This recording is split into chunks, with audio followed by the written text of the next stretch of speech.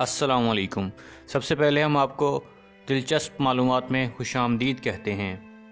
आज की वीडियो में हम आपको बताएंगे कि पाकिस्तान में सस्ती इलेक्ट्रिक कारें मुतारफ़ करा दी गई हैं।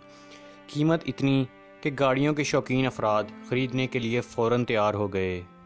दोस्तों, आज की वीडियो की जानिब बढ़ने से पहले अगर आप लोगों ने हमारे चैनल दिलचस्प मालूमात को अभी तक सब्सक्राइब नहीं किया है तो ये सब्सक्राइब के लगे बटन को क्लिक ज़रूर कर दीजिए और इसके साथ लगे ये बेल आइकॉन को क्लिक ज़रूर कीजिए। इससे होगा ये कि हमारी अगली आने वाली तमाम वीडियोस आपको फ़ौरन मिल जाया करेंगी। तो आइए बढ़ते हैं आज की वीडियो की जानिब। पाकिस्तान में ऑटोज़ की सनत में नुमायां तरक्की।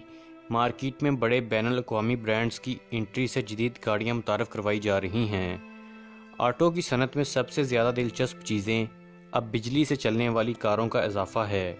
पाकिस्तान ऑटो मार्केट में हाइब्रिड कारों के बाद अब बिजली से चलने वाली कारों पर तवज्जो दी जा रही है। बहुत सी ऑटो मैन्युफैक्चरिंग कंपनियों का बुनियादी मरकज़ है कि वो बिजली से चलने वाली गाड़ियां मुतारफ़ करवाएं, जिससे ईंधन की बचत होगी और इन्वायरमेंट फ्रेंडली सफरी सहूलियात मैसर आ सकेंगी।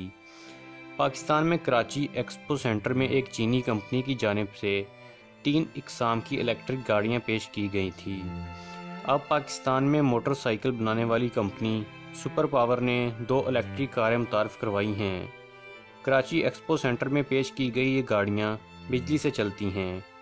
कंपनी का कहना है कि बिजली से चलने वाली ये कारें 3 माह तक पाकिस्तानी मार्केट में फ़रोख्त के लिए पेश की जाएंगी। कंपनी के मुताबिक 7 घंटे की चार्जिंग के बाद ये गाड़ी 120 किलोमीटर तक सफ़र कर सकती है और ये गाड़ी 50 किलोमीटर फ़ी घंटा की रफ्तार से सफ़र करती है। डुअल डोर गाड़ी की कीमत 6 लाख पाकिस्तानी रुपए, जबकि 4 डोर गाड़ी की कीमत 6,50,000 रुपये होगी। वाज़ेह रहे कि इस गाड़ी में 12 वोल्ट की बैटरी लगाई गई है, जिसे आसानी से घर पर चार्ज किया जा सकता है। उम्मीद करता हूं कि आपको ये इन्फॉर्मेटिव वीडियो पसंद आई होगी। अगर अभी तक आप लोगों ने हमारे चैनल दिलचस्प मालूमात को सब्सक्राइब नहीं किया है तो सब्सक्राइब ज़रूर कीजिए। वीडियोज़ को लाइक, कमेंट और शेयर भी ज़रूर कीजिए। अगली वीडियो तक के लिए खुदा हाफिज़।